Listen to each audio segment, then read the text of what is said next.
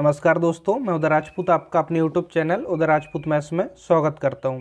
दोस्तों, जैसा कि मैंने आपके लिए एक वीडियो में बताया था कि हम हमारी ऑफलाइन जो कोचिंग है उसकी मैथ्स बुकलेट को हम ऑनलाइन जल्दी यहां पे पढ़ने वाले हैं। तो ये उसी मैथ्स बुकलेट को ध्यान में रखते हुए उसकी पहली क्लास है जो कि थ्योरी क्लास है। वो मैथ्स बुकलेट यदि आप चाहते हैं तो मैं आपके लिए उसकी PDF फॉर्म में उसके लिए प्रोवाइड करा सकता हूँ। तो आप नीचे टेलीग्राम चैनल की लिंक दे दी है, तो वहाँ से टेलीग्राम चैनल पर जुड़ जाइए। वहाँ पे मैं आपके लिए उसकी PDF चैप्टर वाइज या पूरी जो भी बुकलेट है उसकी कंप्लीट PDF मैं आपके लिए प्रोवाइड कर दूंगा। ठीक है, तो देखिए हम सिस्टमेटिक तरीके से पढ़ेंगे जैसे कि ऑफलाइन कोचिंग में हम पढ़ते आए हैं। हम ऑफलाइन कोचिंग में क्या करते हैं, पहले 1-2 दिन में हम जो थ्योरी है प्रत्येक चैप्टर की उसको समझते हैं, जिससे कि उसके सारे कॉन्सेप्ट हमें अच्छे से समझ आ जाते हैं। इसके बाद हम उसके क्वेश्चनों को प्रैक्टिस करते हैं। तो बिल्कुल हम यहाँ पे उसी तरीके से यहाँ पे पढ़ेंगे। तो देखिए यहाँ पे आपके लिए वीडियो बहुत ज़्यादा बड़ी नहीं होगी लेकिन बहुत काम की होगी। ऑफलाइन क्लास में क्या होता है, 1 से 1.5 घंटे के बीच में आपको नोट भी करना होता है और इस तरीके से बीच में बातचीत भी ज़्यादा होती है, तो उसमें हमारा समय काफ़ी ज़्यादा चला जाता है। लेकिन ऑनलाइन में ऐसा नहीं होता है ना। बस यहाँ पे मैं आपके लिए समझाते जाऊँगा, आपके लिए नोट वगैरह यहाँ पे करने की ज़रूरत नहीं होती। यदि आप चाहें तो वीडियो को पॉज कर बीच में स्क्रीनशॉट ले सकते हैं। देखिए आप इसके यहाँ पे वीडियो के साइड में देख पा रहे होंगे, हमारी जो ऑफलाइन कोचिंग की मैथ्स बुकलेट है वो इस प्रकार से है कुछ, जो कि मैंने एक वीडियो में भी सेपरेट बताई हुई है। यदि आपने उस वीडियो को नहीं देखा तो उसको देख लें, जिससे कि आपको आइडिया लग जाएगा कि हम किस तरीके से मैथ्स यहाँ पर पढ़ने वाले हैं। कंप्लीट मैथमेटिक्स को यहाँ पे पढ़ेंगे और चैप्टर वाइज पढ़ेंगे ना। पहले हम थ्योरी पार्ट समझेंगे उस चैप्टर का, उसके बाद उसके क्वेश्चनों को प्रैक्टिस करेंगे। ठीक है, इस तरीके से डिटेल में आपके लिए कोई नहीं पढ़ाएगा। आई थिंक सारे पेड कोर्स में ही इस तरीके से आपको पढ़ने मिलता है, लेकिन मैं अपनी ऑफलाइन कोचिंग का जो मैथ्स है वो आपके साथ शेयर कर रहा हूँ। तो चलिए हम यहाँ पे सॉल्व करते हैं और जो भी कुछ बातचीत रहेंगी वो हम बीच बीच में यहाँ पे आपके लिए बताते रहेंगे। सबसे पहले देखिए, पहला चैप्टर क्या होता है मैथमेटिक्स का, संख्या पद्धति, जिसको हम नंबर सिस्टम कहते हैं। देखिए हम कहीं से भी स्टार्ट कर सकते हैं मैथमेटिक्स को, जरूरी नहीं हम पहला चैप्टर इसी को पढ़ें, लेकिन जनरली मैथ्स की बुक में आपने देखा होगा कि संख्या पद्धति पहला चैप्टर दिया होता है, तो हम पहले इसी को पढ़ लेते हैं। जैसे कि यहाँ पे लिखा है थ्योरी क्लास है हमारी। चलिए अब ध्यान से समझिए, यहाँ पे थ्योरी क्लास हम यहाँ पे समझते हैं कि आखिर संख्या पद्धति नंबर सिस्टम क्या होता है। सबसे पहले हम अंक की बात करें, अंक जिसको हम इंग्लिश में डिजिट बोलते हैं। अंक या डिजिट क्या होते हैं, जैसे कि 1, 2, 3, 4, 5, इस तरीके से ये हमारे क्या होते हैं, अंक होते हैं, डिजिट होते हैं। बहुत ही बेसिक सी चीज़ है जो कि आपके लिए मालूम होगी। इसके बाद देखिए यहाँ पे सेकंड, देखिए सेकंड क्या है, प्राकृत संख्या। अब देखिए यहाँ पे कई बार एग्जाम में डायरेक्ट इस प्रकार से भी पूछ लिया जाता है कि प्राकृत संख्या कौन सी होती है, या नहीं भी पूछा जाता है तो हमें क्वेश्चन में कई बार ऐसा काम आता है कि प्राकृत संख्या क्या है और अदर संख्या क्या है, इनकी हमें जानकारी होना चाहिए। तो प्राकृत संख्या क्या होती है, गिनती की संख्या, यानी कि जो गिनती की संख्या होती है वो हमारी क्या होती है, प्राकृत संख्या होती है। जैसे कि 1, 2, 3, 4, 5, इस प्रकार से कहाँ तक जाती है, इनफाइनाइट यानी अनंत तक होती है ना प्राकृत संख्या।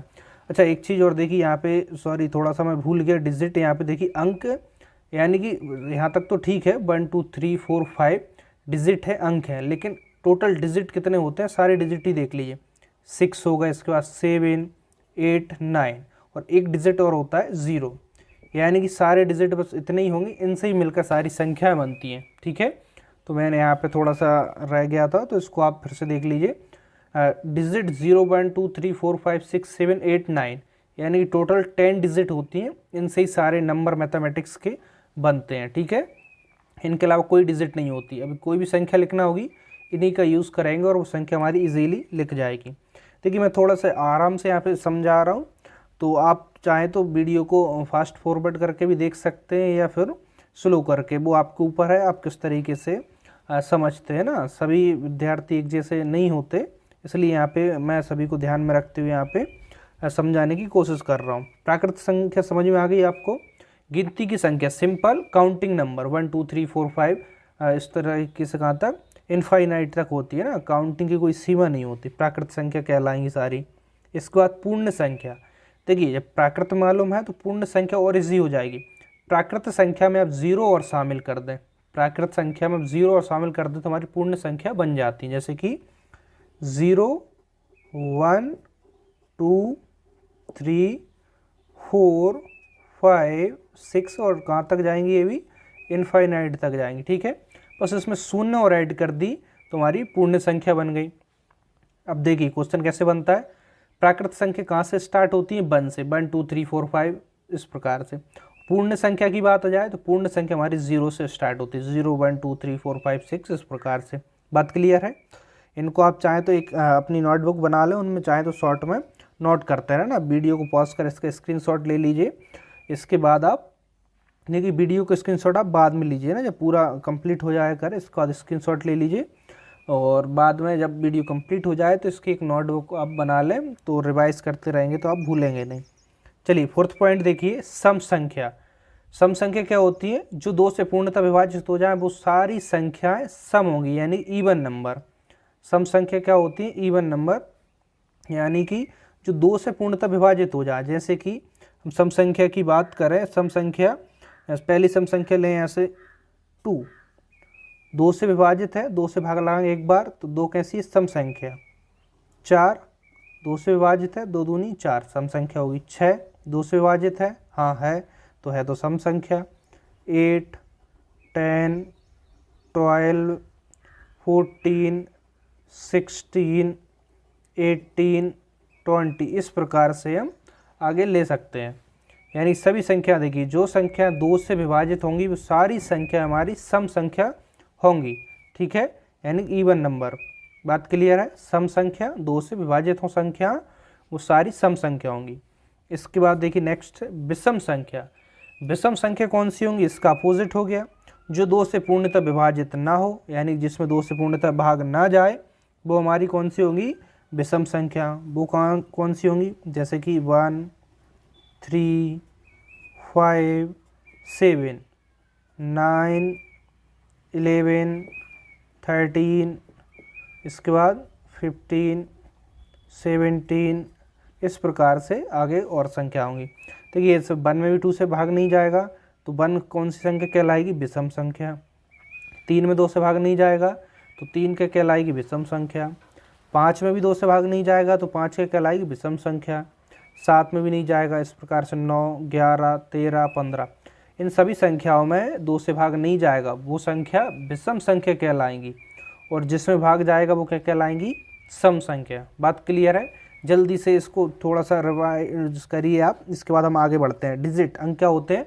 0, 1, 2, 3, 4, 5, 6, 7, 8, 9 यानी कि 10 डिजिट होते हैं। प्राकृत संख्या काउंटिंग नंबर, सिंपल, जिसको हम गिन सकते हैं, 1 से स्टार्ट होती है और अनंत तक जाती है। पूर्ण संख्या जिसमें 0 और शामिल कर दें तो, और प्राकृत संख्या ही वही हमारी क्या होती है? पूर्ण संख्या। 0, 1, 2, 3, 4, 5, 6 इनफाइनाइट तक, तो 0 से स्टार्ट होती है पूर्ण संख्या। सम संख्या जिसमें 2 से भाग जाए, जैसे कि 2, 4, 6, 8, 10, 12। विषम संख्या जो 2 से भाग ना जाए, 1, 3, 5, 7, 9, 11, 13, 15, 17 इस प्रकार से। बात क्लियर है? चलिए इसके आगे हम देखते हैं। चलिए इसके बाद नेक्स्ट देखिए भाज्य संख्या। भाज्य संख्या क्या कौन सी संख्या कहलाएंगी हमारी? देखिए जो संख्या एक और स्वयं संख्या के अलावा अन्य संख्या से विभाजित हों वो हमारी क्या कहलाएंगी? भाज्य संख्या। भाज्य संख्या का मतलब क्या होता है कि जो संख्या एक और स्वयं संख्या, देखिए सारी संख्या जितनी भी संख्या होती हैं सभी में एक यानी 1 और स्वयं यानी वो अंक खुद अपने आप में स्वयं संख्या, इन दोनों के अलावा, देखिए यहाँ पे मैंने नीचे लिखा है इसके अलावा, एक और स्वयं संख्या के अलावा अन्य संख्या से विभाजित हो वो सारी संख्या भाज्य संख्या कहलाती हैं। जैसे एग्जाम्पल में देखिए भाज्य संख्या कौन सी होगी? जो एक और स्वयं के अलावा किसी से भी विभाजित हो। जैसे कि हम यहाँ पे बात करें 4, 4 भाज्य संख्या होगी क्या? होगी। क्यों? क्योंकि 1 और 4, 1 और 4 के अलावा इसमें किससे भाग जा रहा है? 2 से जा रहा है, 2 दूनी 4, तो 4 हमारी कौन सी होगी? भाज्य संख्या होगी। और इसके बाद देखिए 6, तो 6 में 1 और स्वयं संख्या यानी 6, 1 और 6 के अलावा इसमें किससे भाग जाएगा? 2 से और 3 से, यानी कि अन्य संख्या से भाग जा रही है, तो 6 भी हमारी भाज्य संख्या हो गई। और कौन सी हो जाएगी? 8, 1 और 8 के अलावा इसमें 2 से भी जा रहा है, 4 से भी भाग जा रहा है, तो 8 भी हमारी कौन सी? भाज्य संख्या। 10 होगी क्या भाज्य संख्या? 1 और 10 के अलावा इसमें 2 से 5 से भाग जा रहा है तो हमारी कैसी होंगी, भाज्य संख्या। इस तरीके से हम फाइंड कर लेंगे। बात क्लियर है। 1 और स्वयं संख्या इन दोनों के अलावा किसी और संख्या से भाग जाए तो सारी संख्या हमारी कौन सी होंगी, भाज्य संख्या होंगी। ठीक है, चाहे कोई बड़ी संख्या हो छोटी, हम इस तरीके से उसको यहाँ पे पहचान लेते हैं। बात क्लियर है। चलिए इसके बाद देखिए अभाज्य संख्याएं। देखिए बहुत ही बेसिक चीज़ है, हमें प्रत्येक चैप्टर के स्टार्टिंग में इस प्रकार से हम उस चैप्टर से रिलेटेड जो भी उसकी थ्योरी है उसको समझेंगे। इसके बाद हम उसके प्रैक्टिस क्वेश्चन सॉल्व करेंगे तो हमें काफ़ी हेल्प मिलेगी, है ना। तो आप मैथमेटिक्स का जो बेस होता है वो यही रहता है कि हम उसको पहले थ्योरी पार्ट को अच्छे से समझ लें, यानी कि जो संख्या है उनके बारे में नॉलेज ले लें। इसके बाद क्वेश्चनों को सॉल्व करेंगे तो हमें काफ़ी ईजी होगा। अगर क्वेश्चन क्या कहना चाह रहा है तो हमें समझ तो आए कि प्राकृत संख्याओं को जोड़िए, मालूम तो हो हमें प्राकृत संख्या कौन सी होती है, पूर्ण संख्याओं को जोड़िए, तो इस प्रकार से हमें मालूम होना चाहिए। चलिए अभाज्य संख्या, एक और स्वयं के अलावा अन्य संख्या से विभाजित ना हो, जस्ट भाज्य संख्या का अपोजिट अभाज्य। इसमें कह रहा है एक और स्वयं संख्या, एक और स्वयं संख्या के अलावा अन्य कोई भी संख्या है उससे विभाजित ना हो, यानी भाग ना लगे, वो कौन सी होंगी, अभाज्य संख्या होंगी। जैसे कि इसमें एग्जाम्पल देखें अभाज्य संख्याओं का, जैसे कि इसमें देखिए 2 देखिए 1 इसमें अभाज्य संख्या नहीं होगी। इसकी मैं अभी ट्रिक बता दूंगा आपके लिए साइड में, याद रखने की। सबसे छोटी सम संख्या, भाज्य, अभाज्य, इस प्रकार से। देखिए अभाज्य संख्या एक और स्वयं, जैसे कि 1 और स्वयं संख्या 2, इन दोनों के अलावा 2 किसी से डिवाइड होगा क्या, नहीं होगा, नहीं होगा तो 2 हमारी अभाज्य संख्या हो गई। 3 देखिए 1 और 3 के अलावा किसी से भाग नहीं जाएगा तो अभाज्य संख्या। 4 में तो चला जाएगा, देखिए 4 में 1 और 2 से भी चला जाएगा, 1 से तो जाना ही चाहिए, सभी में जाएगा 1 और स्वयं के अलावा। 4 में 2 से चला जाएगा तो भाज्य हो जाएगी। 5 में 1 और 5 के अलावा नहीं जाएगा तो अभाज्य। 6 में चला जाएगा तो भाज्य, और नहीं जा रहा, सॉरी चला जाएगा 6 में तो भाज्य होगी। 7, 1 और 7 के अलावा इसमें नहीं जा रहा तो कैसी होगी, अभाज्य। 9 कैसी होगी, भाज्य, अभाज्य। 9 में देखिए 1 और 9 के अलावा 3 से भाग चला जाएगा तो 9 यहाँ पे अभाज्य संख्या नहीं होगी, भाज्य हो जाएगी। 9 के अलावा यहाँ पे 10 लें, 10 में भी इससे चला जाएगा, 2 से 5 से चला जाएगा तो भाज्य हो गया। 11 में देखिए 1 और 11 के अलावा किससे भाग जाएगा, नहीं जाएगा, तो नहीं जाएगा तो अभाज्य संख्या। इसके बाद 13, 1 और 13 के अलावा इसमें भाग नहीं जाएगा। तो इस प्रकार से और भी हम कई सारे एग्जाम्पल देख सकते हैं। बात क्लियर है। जिसमें एक और स्वयं के अलावा किसी अन्य संख्या से भाग न जाए वो हमारी सभी संख्या कैसी कहलाएंगी, अभाज्य संख्या कहलाएंगी। देखिए आपको समझ आ रहा होगा ना, यदि समझ आ रहा हो तो वीडियो को जरूर लाइक कर दे, वीडियो को लाइक करना बिल्कुल भी ना भूलें। और जैसे कि मैंने आपके लिए स्टोरी पर डालकर बताया हुआ है कि कुछ शॉर्ट वीडियो में यहाँ पे आपके लिए जो ट्रिकी वीडियोज़ रहती हैं शॉर्ट 20-30 सेकेंड 1 मिनट की, वो भी मैं चैनल पर डाल दिया करूँगा, तो आपके लिए काफ़ी हेल्प मिलेगी। ठीक है, देखिए इस सीरीज़ को आप बिल्कुल फॉलो करते रहिए तो आपका मैथ्स बहुत ही स्ट्रॉन्ग हो जाएगा। ठीक है, कोई भी गवर्नमेंट एग्ज़ाम हो, सभी गवर्नमेंट एग्ज़ाम के लिए मैथमेटिक्स है और सभी में काम आने वाला है। ठीक है, थोड़ा टाइम ज़रूर लगता है मैथ्स सीखने में, आप 4 से 5 चैप्टर अच्छे से सीख जाएंगे तो इसके बाद आपकी एक जो कहते हैं ना थिंकिंग जो होती है, सोचने की, समझने की, वो अपने आप ही इम्प्रूव हो जाएगी। और इसके बाद आप सारे चैप्टर बहुत अच्छे से आपको इंटरेस्टिंग लगने लगेंगे और बहुत अच्छे से समझ आने लगेंगे। तो चलिए आगे देखिए, धन पूर्णांक संख्या। धन पूर्णांक संख्या कौन सी होंगी, यानी कि सारी प्लस की संख्या 1 2 3 4 5 6, इस प्रकार जितनी प्लस की संख्या होंगी सारी धन पूर्णांक संख्या कहलाती हैं। ऋण पूर्णांक संख्या यानी कि माइनस की सारी संख्या ऋण पूर्णांक कहलाएंगी, -2 -3 -4 -5, इस प्रकार से -6, जितनी भी संख्या होंगी नेगेटिव सारी ऋण पूर्णांक कहलाएंगे। इसके बाद देखिए पूर्णांक संख्याएं। पूर्णांक संख्या क्या होती है, इसमें सारी प्लस की संख्याएं शामिल होंगी, प्लस की यानी पूरी, धन पूर्णांक और ऋण पूर्णांक दोनों। देखिए धन पूर्णांक यानी कि 1 2 3 4 5 जितनी पॉजिटिव संख्या, पॉजिटिव संख्या है, शून्य भी शामिल रहेगी और नेगेटिव संख्या है। पूरी तो प्लस की संख्या है, 0 और सारी माइनस की संख्या, इन सभी संख्याओं को हम एक साथ ले लें तो पूर्णांक कहलाती हैं।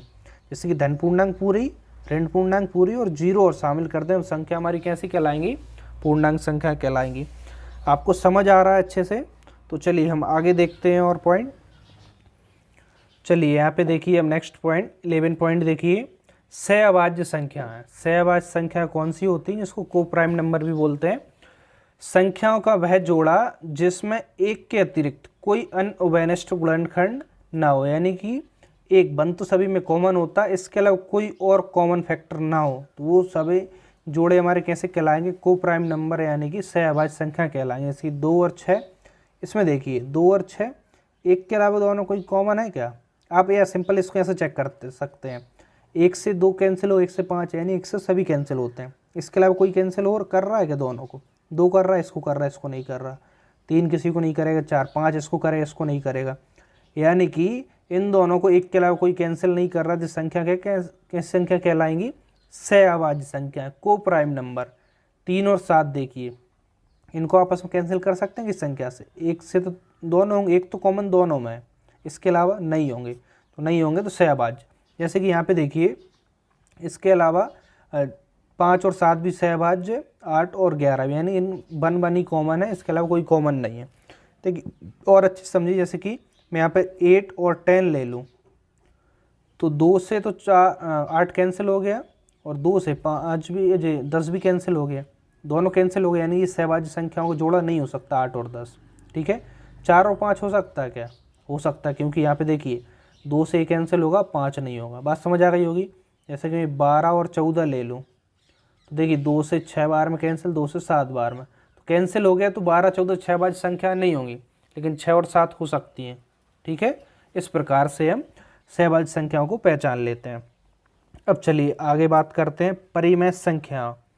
देखिए परिमेय संख्याओं की बात करें तो परिमेय संख्या आप किसे कहेंगे, ऐसी संख्या जिसको आप अंश बटे हर के रूप में लिख सकते हैं, उनको हम परिमेय संख्या कहते हैं।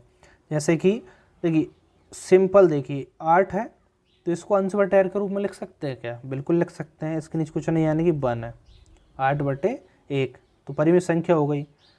7 परिमेय संख्या हो जाएगी, नीचे 1 तो सभी के रहता ही है, या फिर इस प्रकार से लिखिए 3 बटे 4 परिमेय संख्या, 22 बटे 7 परिमेय संख्या। बात क्लियर है, यानी जिसको भी हम अंश बटे हर के रूप में लिख सकते हैं वो हमारी परिमेय संख्या कहलाएगी, चाहे फिर वो माइनस में हो, माइनस के 4 बटे 7, इस प्रकार से अंश बटे हर के रूप में जिसको लिख सकते हैं वो परिमेय संख्या कहलाएंगे। अपरिमेय संख्या है, जिसको हम अंश बटे हर के रूप में नहीं लिख सकते वो अपरिमेय संख्या है। अपरिमेय संख्या जैसे कि सारी रूट की संख्या, √2 जितनी भी रूट की संख्या होंगी अपरिमेय कहलाएंगी, -√5 रूट के अंदर जो भी संख्या होंगी वो अपरिमेय संख्या होंगी। ठीक है, पाई, तो ये पाई अपरिमेय संख्या होगी, लेकिन पाई का मान होता है 22 बटे 7, जैसा कि आपको मालूम होगा, तो 22 बटे 7 हम अंश बटे हर के रूप में लिख पा रहे हैं, तो वो परिमेय संख्या कहलाएगी। अब आप ऐसा नहीं बोल सकते कि पाई का ही तो मान होता है 22 बटे 7, मान होता है, उसकी वैल्यू होती है, लेकिन यदि पाई लिखा है तो पाई को हम अंश बटे हर के रूप में नहीं लिख सकते, तो यह अपरिमेय संख्या कहलाएगी, जबकि 22 बटे 7 परिमेय संख्या कहलाएगी। बात क्लियर है, रूट की जितनी पॉजिटिव नेगेटिव या पाई जितनी संख्या होंगी अपरिमेय होंगी। अब देखिए जातिमान और स्थानीय मान, और देखिए काफ़ी बार एग्जाम में पूछा जाता है कि जातिमान निकालिए और स्थानीय मान निकालिए। इसके बाद हम वीडियो को यहाँ पे क्लोज करेंगे, और इसके बाद जो नेक्स्ट थ्योरी क्लास रहेगी विभाज्यता के नियम और फॉर्मूले रहेंगे, नेक्स्ट वीडियो में देखेंगे। इसके बाद सीधे हम जो मैथ्स बुकलेट है उसके क्वेश्चनों को प्रैक्टिस करेंगे। ठीक है, तो आप टेलीग्राम चैनल पर भी जरूर जुड़ जाइए। जातिमान, जातिमान कैसे फाइंड करते हैं, जैसे कोई संख्या लिखी है आपके सामने, मैं कोई भी मन से संख्या लिख देता हूँ ना, छोटी बड़ी कुछ भी हो सकती है। इससे पूछा जाए कि 8 का जातीय मान कितना होगा, तो 8 होगा। 4 का जातीय मान 4 होगा। 2 का जातीय मान 2, यानी कि कहने का मतलब क्या है, जिस संख्या का भी जातीय मान पूछा जाए वो संख्या स्वयं ही उसका आंसर होगी। 5 का जातीय मान 5, सिंपल, जातीय मान बहुत सरल होता है, जिस नाम से जातीय मान को अंकित मान भी बोला जाता है, वास्तविक मान भी बोला जाता है, इस प्रकार से ना। देखिए जातीय मान, अंकित मान, वास्तविक मान, लेकिन जनरली जातीय मान लिखा हुआ आता है। ठीक है, यदि वास्तविक मान लिखा है या फिर इसका क्या बोला मैंने, अंकित मान, तो दोनों बात एक ही है। स्थानीय मान देखिए, स्थानीय मान कैसे निकालते हैं, कोई संख्या लिखी है, मैं फिर से कोई मन से संख्या लिख रहा हूँ। अब इसमें पूछा जाए कि 8 का स्थानीय मान कितना है, 8 का स्थानीय मान यानी कि 8 का स्थान कितना है, 8 लिखेंगे, इसके बाद कितने 2 डिजिट हैं, तो 2 0 लगा दीजिए, 8 के बाद 2 0, यानी कि 800 हमारा आंसर होगा।